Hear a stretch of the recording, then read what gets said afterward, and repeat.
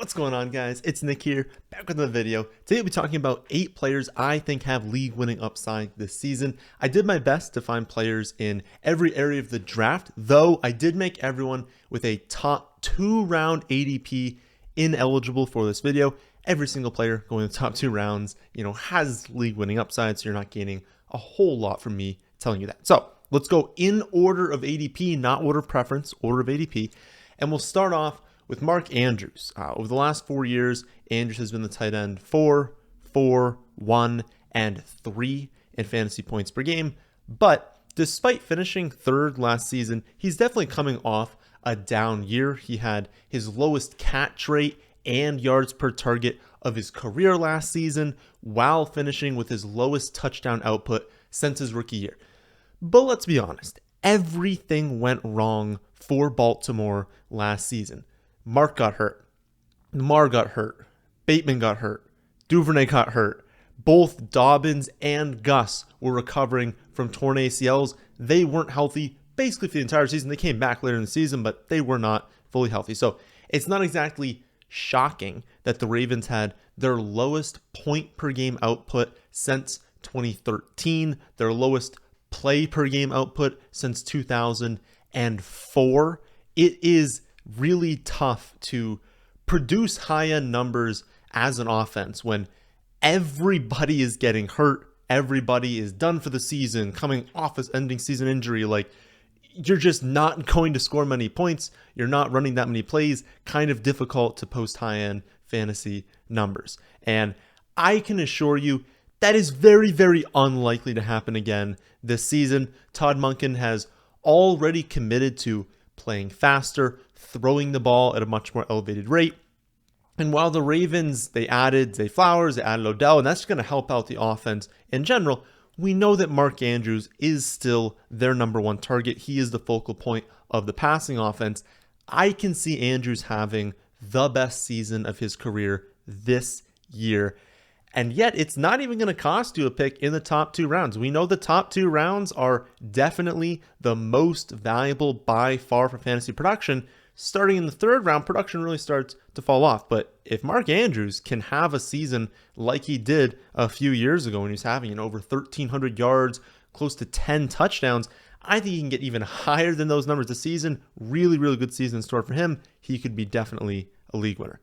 After Mark Andrews, move a little bit further back in the draft until we come to Miles Sanders. Sanders will be entering his 5th season in the NFL, having just turned 26, so he's in the prime of his career. Now, the problem with Sanders in recent years has been the receptions. He started off his career with 50 receptions as a rookie, but that dropped in every single season since then, down to 28, then 26, and then 20 just last season, despite playing in all 17 weeks. So not good receiving numbers for him in recent years.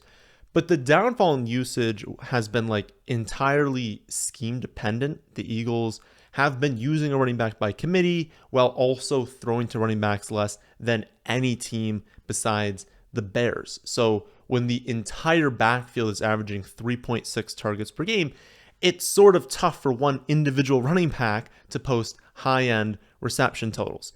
But the Panthers have said that, they're going to get him the football in the receiving game. They want him to approach those rookie numbers where he had 50 receptions. And you look at his 4-year, $25.4 million contract, it shows that the team is highly invested in him. Also, I think people are kind of overlooking how good Sanders was last season. I feel like even, in this video, I've kind of said oh yeah, maybe he wasn't that great last season, but he had 1,347 total yards and 11 touchdowns last season, finishing as a high-end running back 2 in points per game in fantasy. He was really, really good. It was really just that the offense did not throw to the running back position. Had they done that, he would have been a mid-range running back 1 and would have been a league winner. That's what would have happened if they had used him in the receiving game. They just decided not to. So he had a really, really good season. He remained highly efficient on the ground. He's been a highly efficient running back throughout his career. And if you look at the depth chart, in Carolina, all he has to beat out is Chuba Hubbard, Raheem Blackshear, Spencer Brown, a bunch of nobodies. So unless they add a big name, which would be odd, right? Because they gave Sanders a huge contract. You don't typically see teams going out and signing multiple high-end free agents. That doesn't make any sense when you think of how NFL teams want to spend their money. And so it would be weird. Maybe they sign someone, but they're not going to sign a high-end talent. I mean, Sanders is locked in the huge workload, and if he can get those receptions, he could be a league winner. Another potential league winner is Justin Fields. And I know I've raised some concerns about his floor, which still definitely remain, but we're looking at ceiling in this video. And make no mistake, I mean, the ceiling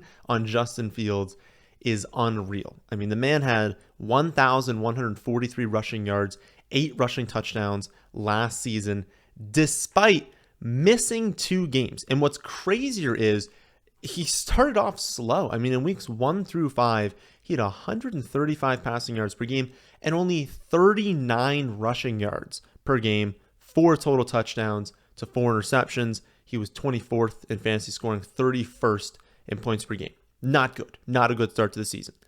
Then the Bears did the unthinkable, right? They actually let him run the ball. They actually designed some carries to him. Like, who would have imagined that would work?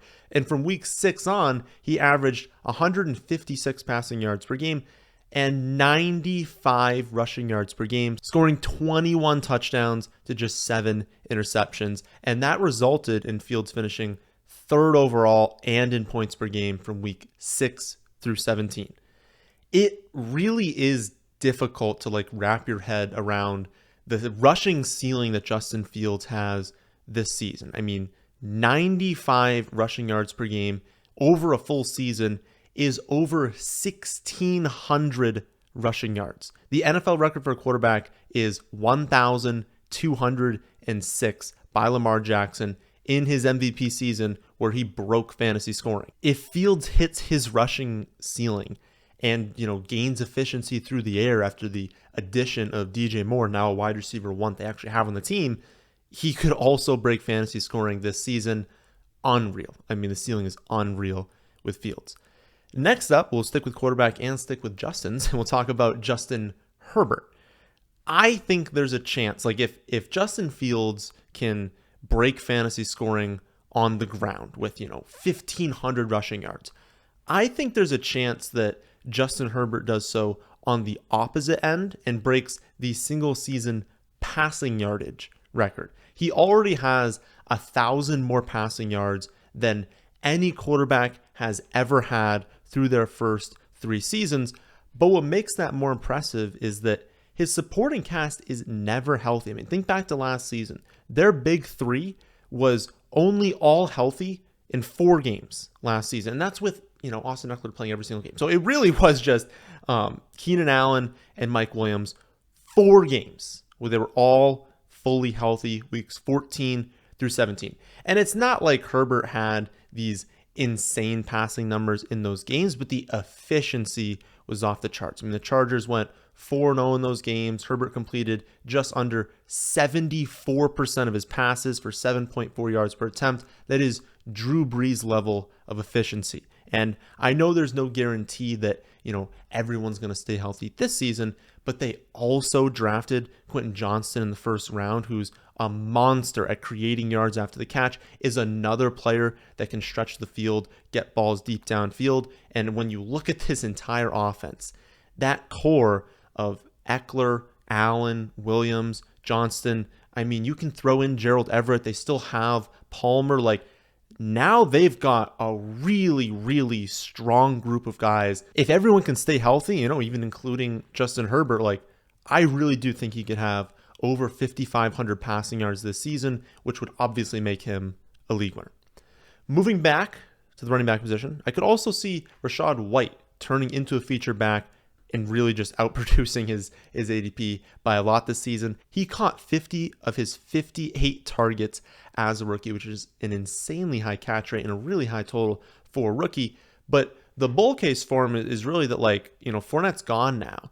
And I had to do a little bit of a double take on Fournette's usage last season because he was not that amazing in fantasy. I kind of figured it was a typo, but he had 189 carries last season and 73 receptions. That's 262 touches that are now gone in a backfield that behind Rachaad White only has Chase Edmonds, Keyshawn Vaughn, and Sean Tucker. Like, I'll say it right now. If week 1 were next week and we knew that was the backfield heading into week 1, then Rachaad White is the best pick in all of fantasy football. Like, I think his ADP is so low because no one believes that they're actually going to enter the season with that depth chart. But like, what if they do? Like, what if White has this third down role unlocked, which we know is guaranteed right now? They're not bringing in a third down back to compete with him. So he's got that role unlocked. But what if he's also at worst the 1A on the ground? Like, he could push 200 carries, 75 receptions, which would likely lock him in as a running back 1. And given the talent level that I think he has, could be a top 7 running back at that point. Like, I know he was inefficient on the ground as a rookie, but he was a prospect we were very, very excited about. And if he can get the volume of being, again, a 1A on the ground, approaching 75, could push 80 receptions. When you look at this backfield, you look at how good he is in the receiving game, like, those numbers are definitely possible, but he's coming off the board, in round 6, round 7. So we'll see what they decide to do with that backfield, but White's going to shatter his ADP if nothing changes. Let's talk about some wide receivers now. First one up, Treylon Burks. I saw someone say the other day that the Burks hype is the same as last year and that we're just going to fall for that trap again.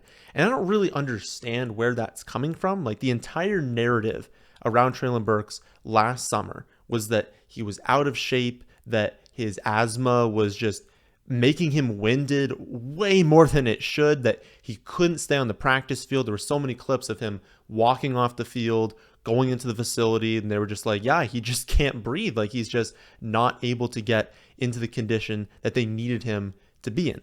The reports right now are that he's in unbelievable shape, that he's been training harder than anyone, that, he's set up to be the focal point of the Titans offense this season. So the reports are the opposite of what they were last year. And his ADP is like super reasonable. Like, if you look at ADPs, he's one of the last remaining wide receiver 1s on like their team. Like, if you look at the wide receiver 1 on an NFL team, he's one of the last ones available. And all of the ones going behind him are really just because no one actually knows who the wide receiver 1's going to be. And so it's like just a mix of wide receivers behind that range. But like, make no mistake, I mean, Treylon Burks is the wide receiver 1 for the Titans this season. It's not particularly close. Nick Westbrook-Ikhine is going to be, on the outside. He's going to be playing that number 2 role, but he's a very subpar number 2. Kyle Phillips will be decent in the slot, but that's all he is. He's a slot wide receiver. Burks will be moved around the formation. They will be designing plays specifically to get him the ball. And, he's really their only receiving threat that they can scheme a lot of touches to. You can't really scheme Nick Westbrook a bunch of touches. You can't really scheme Kyle Phillips a bunch of touches. But you can do that to Treylon Burks. And, I don't want to like sugarcoat how good his rookie season was. It was trash. He was horrendous as a rookie.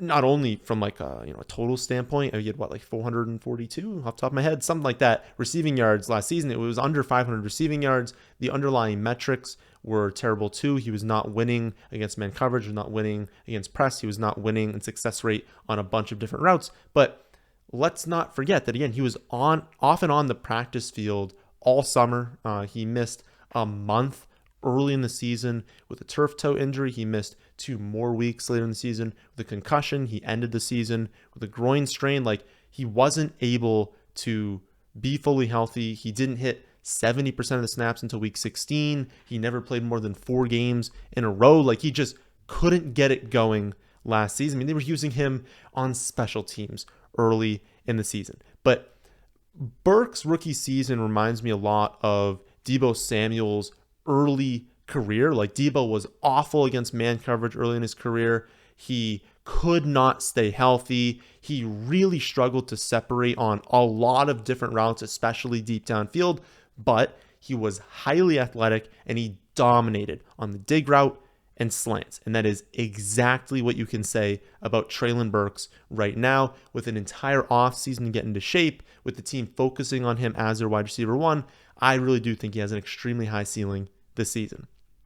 Another wide receiver, the league-winning ceiling, Elijah Moore. He had a tough go at it, his first 2 years. The Jets couldn't get him the ball when he was a rookie.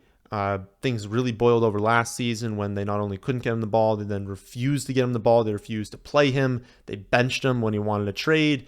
But unlike Burks, if you look at the underlying metrics for Elijah Moore, he has already proven that he is a well above average wide receiver. I don't know if I want to go as far as to say he's already elite, but he's proven that he's at least going to be. Like, if he hasn't crossed that threshold yet, he's going to very soon, likely in this season. I mean, he has consistently dominated in the NFL. The Jets have just not been able to get him the football or have refused to do so. But he had an 81st percentile success rate versus man coverage as a rookie, 74th percentile in year 2. He has consistently posted very, very, very high success rates on deep routes, intermediate routes, short routes, anywhere on the field as both a rookie and in year 2. And that's entering the NFL as a very young rookie. Like, if you look at his age, he is half a year older than Zay Flowers. He is a few months older than Jaden Reed. He is younger than Nathaniel Dell. Like, posting these elite success rates in the NFL at a very, very young age, now going to a team that is not only going to be more successful in getting him the football, but is going to be amongst the league leaders in plays per game. And by all accounts, I mean, he's locked in as their wide receiver too. He is in line for a dominant season, and you can get him in the 9th or the 10th round. I will take that every day of the week. Final player we'll go over today is Kendre Miller, Saints rookie running back this season. And I'll say, right off the bat that he probably does need Alvin Kamara to be suspended for at least like a few games to hit his ceiling. Like, if Kamara doesn't have any sort of suspension, it's going to be more difficult for Kendre Miller. But, if we get what I'm sort of at least expecting right now, around maybe a 6-game suspension, then Miller's going to be a fantasy starter in those weeks. And he's also very underrated in the passing game. He did an interview with Matthew Berry where he talked about how TCU didn't really just need to use him in the receiving game. They had great wide receivers that could get the ball. Their quarterback was able to scramble. Like, they just didn't ask him to be a receiving threat. But we've heard from both Kendre Miller and their coaching staff, that the coaching staff of the Saints, that they both think that, like, he's way better than people think in the receiving game. And I bring that up because I think people are going to have like no idea how to view him this summer, right? He had a low target share in college. He then didn't participate in the combine. So when people look him up this summer, they're going to see those two things, and that's really all they're going to be working with. But he has, the size to be a feature back. He is fantastic on the ground. And if he can catch passes too, then we might be looking at a running back that you can get basically for free right now, that you'll be able to start for potentially, 6 to 8 weeks this season. And who knows, if he performs really well while Alvin Kamara is suspended, then he's going to continue getting playing time even when Kamara is back.